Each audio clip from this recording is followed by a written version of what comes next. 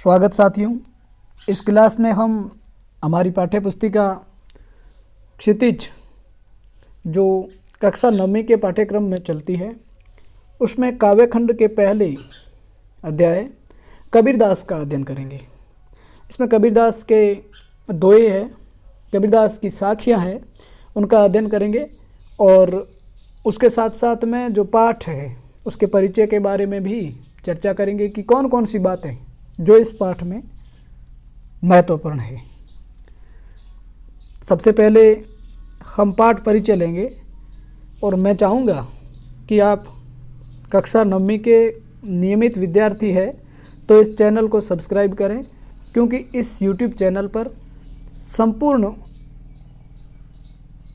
किताब जैसे आपके कृतिका है, क्षितिज है, तो इनके वीडियोज अपलोड कर दिए जाएंगे। तो इसलिए चैनल को सब्सक्राइब कर न केवल आप लाभान्वित होवें बल्कि हमें भी लाभान्वित करें। तो चलिए हम पाठ परिचय देखते हैं। पाठ परिचय में आप देखिए कि यहाँ संकलित साखियों में प्रेम का महत्व, यानी कि कबीर की जो साखियाँ आएगी हम अभी चर्चा करने वाले हैं, उसमें प्रेम का महत्व, संत के लक्षण, ज्ञान की महिमा, बाह्य आडंबर का विरोध आदि भावों का उल्लेख हुआ है। अब देखिए, पहले शब्द में बाह्य आडंबरों का विरोध और अपने भीतर ही ईश्वर की व्याप्ति का संकेत है, तो दूसरे शब्द में ज्ञान की आंधी के रूपक के सारे ज्ञान के महत्व को बताया गया है। तो ये सारी चर्चा हम जैसे पदों को पढ़ेंगे या दोहों को पढ़ेंगे स्पष्ट रूप से परिलक्षित हो जाएगी।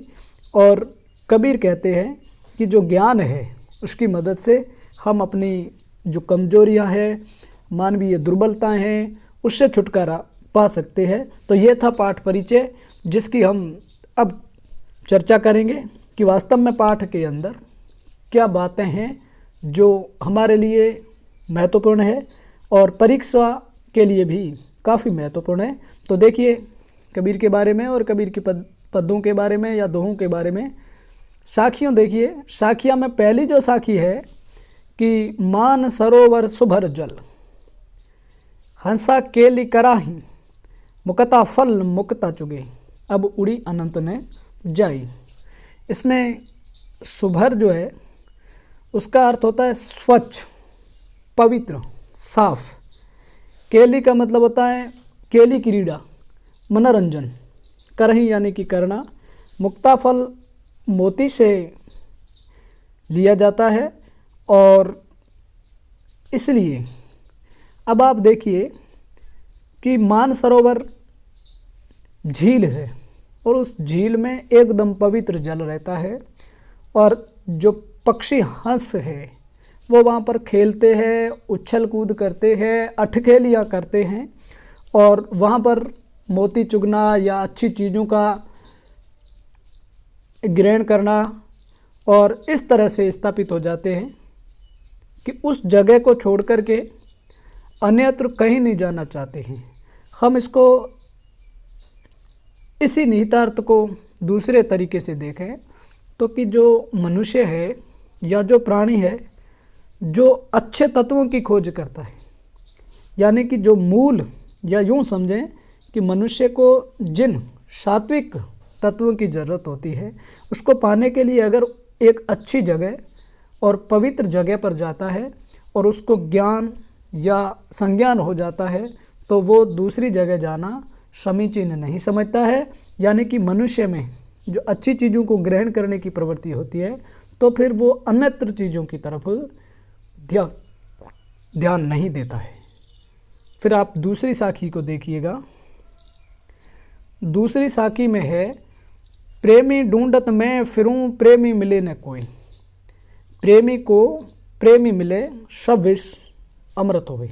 यानी कि यहाँ इस साखी में प्रेम के महत्व को प्रतिपादित किया गया है कि एक आत्मा या एक वियोग से युक्त आत्मा जो परमात्मा को पाना चाहती है कि मैं प्रेमी को ढूंढता फिरता हूँ या ढूंढते फिरती हूँ लेकिन कोई प्रेमी नहीं मिलता है।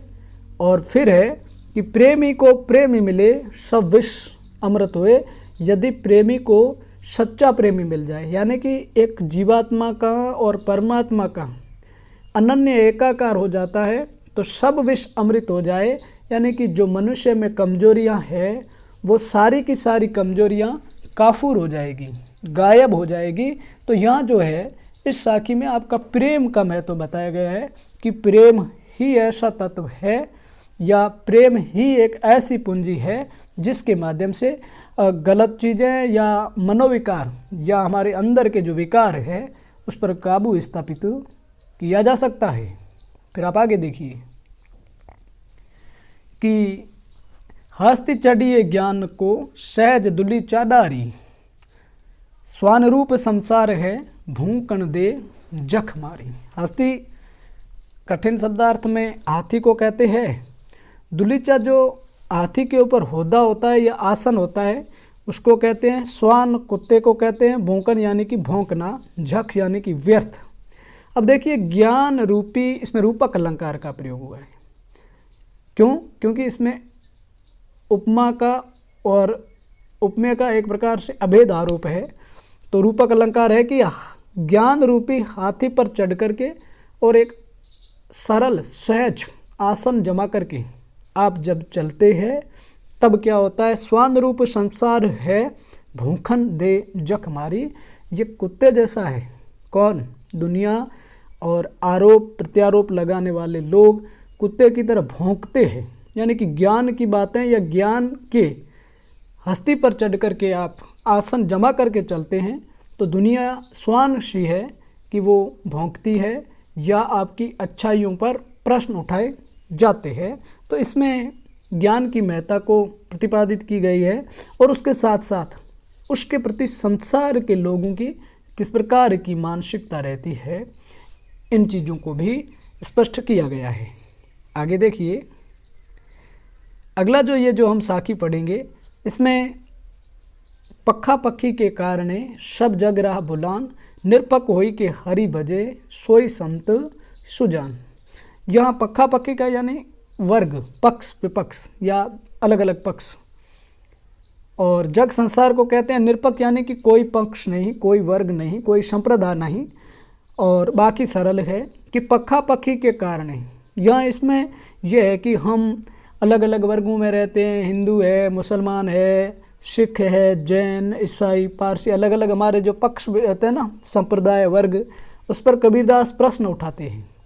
और हमने देखा भी है कि हिंदू और मुसलमानों को दोनों को कहते हैं कि अरे इन दोनों न राह ने पाई। यानी कि पक्खा पक्खी के कारण, इन वर्ग भेद के कारण में हम लोग सारी दुनिया को या सच्चाई को भूल रहे हैं। और जो निरपक ओए के हरि भजे सोई संत सुजान, यानी कि इन धर्म में, इन वर्गों में या इन संप्रदायों से हट करके अलग रह करके जो चलता है उसको संत कहा जाता है, उनको सुजान कहा जाता है। और ऐसे आपको बताएं, हम सब जानते हैं बहुत कम लोग हैं, बिरले व्यक्तित्व के धनी व्यक्ति ही मिल पाते हैं जो इन चीज़ों में बंधते नहीं हैं। तो यहाँ इस प्रकार के वर्ग भेद पर या वर्ग भेद को अनुचित ठहराने का प्रयास इस साखी में कबीर के द्वारा किया गया है। अगला देखिए कि हिंदू मुआ राम कही मुसलमान खुदाई, कहे कबीर सो जीवता जो दूं के निकट न जाई। यानी कि हिंदू और मुसलमान को पास लाने की बात कही गई है। यानी कि जो हमारे आडंबर है कि हिंदू राम राम करते मर गया और मुसलमान खुदा खुदा करते नष्ट हो गए, कहे कबीर वही जीवता जो दूं के निकट न जाए। यानी कि जीना या एक इंसान का जीवन किस प्रकार से चलता है वो सिर्फ हिंदू, सिर्फ मुसलमान ये नहीं, बल्कि इंसानियत के अनोखे अंदाज से चलता है और वही व्यक्ति अमर हो जाता है। बाकी जो जाति, वर्ग, धर्म, संप्रदाय में बांटने का काम करने वाले या क्षुद्र सोच रखने वाले कबीर की दृष्टि में वो मुए या मरे के समान है। या हिंदू मुसलमानों में या हर वर्ग में एकता स्थापित करने की बात कबीर कर रही है इस साखी में। अगली देखिए कि काबा फिर काशी भया, रहमई भया रहीम, मोट चून मैदा भया, बैठी कबीरा जिम। अब यहाँ हिंदू है, मुसलमान है, अपने अपने पवित्र स्थल जैसे काबा है, हिंदुओं के लिए काशी है, या कोई राम को पुकारता है, कोई रहीम को पुकारता है, अलग अलग लोग पुकारते हैं, अलग अलग धर्म के लोग। लेकिन कबीरदास तो कहते हैं कि मोट चून मैदा भया, यानी कि मोटा जो चूना या मोटा जो पत्थर होता है उनसे पतला मैदा बनता है, और उससे हमारे संसार की, या यूँ कहने का मतलब है कि हम अन्न को भोजन के रूप में ग्रहण करते हैं। ऐसे स्पष्ट है कि यहाँ जो हमारे बाह्य आडंबर है या बाह्य रीति रिवाज है, जिनका हमारे लौकिक जीवन से कोई निहितार्थ नहीं है, कबीरदास इन चीज़ों को स्वीकार नहीं करते हैं, जगह नहीं देते हैं। अब आपके अंतिम जो साखी है बड़ी महत्वपूर्ण है कि व्यक्ति जन्म से भले ही अस्पृश्य हो, लेकिन कर्म से वंदनीय होना चाहिए, या जन्म किस कुल में हो इससे कोई ज़्यादा फर्क नहीं पड़ता, बल्कि जो व्यक्ति की करनी है वो उनका पद स्थापित करती है कि ऊंचे कुल का जन्म या जे करनी ऊंची न होए, सुभरण कलश सुरा भरा साधु निंदा सोए। यानी कि ऊंचे कुल में जन्मने के बाद भी अगर किसी व्यक्ति की करनी ऊंची नहीं होती है, उनके कर्म अच्छे नहीं होते हैं, तो सुभरण कलश, सुभरण का मतलब होता है सोने के कलश में अगर सुरा भरी हुई हो, शराब हो, साधु उसी की निंदा करेंगे। क्यों? क्योंकि हालांकि पात्र जो है वो तो बड़े सोने का है, लेकिन उस पात्र में जो वस्तु है वो जहर के समान है, वो शराब है, और शराब किसी भी बर्तन में हो उसकी निंदा ही होगी। संत लोग उसको अस्वीकार करते हैं। कहने का आशय है कि जन्म कुछ भी या किसी भी वर्ग में हो सकता है, लेकिन हमारा कर्म अच्छा होना चाहिए, और कर्म जिसका अच्छा है वही स्तुत्य होता है। तो इस तरह की ये जो 7 साखियाँ हैं हमारे सिलेबस में है, हमने चर्चा करी। अब आप देखिए कि 2 शब्द या जो 2 पद है उसकी चर्चा करते हैं। पहले जो पद है इसमें ईश्वर सब जगह है, और इस पद में कबीरदास ने पूरी तरह से स्पष्ट कर दिया है कि हम जो इधर उधर या संसार की छोटी छोटी जगहों पर जाकर के इन भगवान को ढूंढने का प्रयास करते हैं, ऐसा कुछ नहीं है। कबीरदास का कहना है कि भगवान सब जगह है, कि अब देखिए मोह को कहाँ ढूंढे बंदे मैं तेरे पास में, यानी कि मुझे कहाँ ढूंढ रहा है, मैं तो आपके पास में हूँ या मैं आपके नज़दीक हूँ। यानी कि भगवान सर्वव्यापी है। ना मैं देवल, ना मैं मस्जिद, ना काबे कैलाश में, मैं मंदिर में नहीं, मस्जिद में नहीं, काबा में नहीं, कैलाशपुरी में नहीं, जहाँ शिव वास करते हैं, और ना तो कोने क्रियाकर्म में। कोने क्रियाकर्म का मतलब पूजा है, पाठ है, तिलक है, भगवा है, दाढ़ी बढ़ाना है, जटा जूट रखना है, इस तरह के गतिविधियों में भी मैं नहीं मिलता हूँ। और नहीं योग विराग में, कोई योग करे, विराग धारण करे और साधना में तल्लीन हो जाए, ऐसा कुछ नहीं है। ये बात अलग है कि ऐसे करने वालों को भी भगवान मिलता है, लेकिन ये जरूरी नहीं है कि हम ऐसा कोना क्रियाक्रम करेंगे हमें भगवान तभी मिलेगा, ये बात नहीं है। खोजी हुआ तो तुरंत मिलियो पल भर की तलाश में, और खोजने वाला अगर साधक सच्चे दिल से सच्चे श्रद्धा के साथ में मुझे पुकारेगा, मैं हाथों हाथ मिलता हूँ। कि कहे कबीर सुनो भाई साधु, सब श्वासों की श्वास में, हर प्राणी के जो श्वास प्रश्वास है उसमें मेरा वास है। इसलिए भगवान सर्वव्यापी है। भगवान को मंदिर में, मस्जिद में, काबा में, कैलाश में, पूजा पाठ में, तिलक में, भगवा धारण करना या बड़ी बड़ी दाढ़ी बढ़ाना, इस प्रकार के जो ये चीज़ें हैं, कबीरदास इन पर प्रश्न उठाते हैं। यानी कि कबीर का कहना है कि इन चीज़ों से कोई सरोकार नहीं है भगवान का। ये बात अलग है कि भगवान वहाँ भी हो सकते हैं या उन रूपों में भी हो सकते हैं, लेकिन ये बात नहीं हो सकती कि भगवान उन्हीं से ही मिलेंगे। तो ये आपका पहला शब्द या पद हो गया। अब अंतिम और दूसरा देखिए कि यहाँ जो है वो ज्ञान की आंधी आने से हमारे जो अंदर की कमजोरियाँ हैं, हमारे शरीर में हमारे मनोविकार की जो दुर्बलताएं हैं, किस प्रकार से उस टाटी की तरह या उस छप्पर की तरह गायब हो जाती है। तो संतों भाई आई ज्ञान की आंधी रे, भ्रम की टाटी सबे उड़ानी, माया रही ने बांधी। ज्ञान की जब आंधी आती है तो रूपक अलंकार है, ठीक है ना, रूपक अलंकार है इसमें।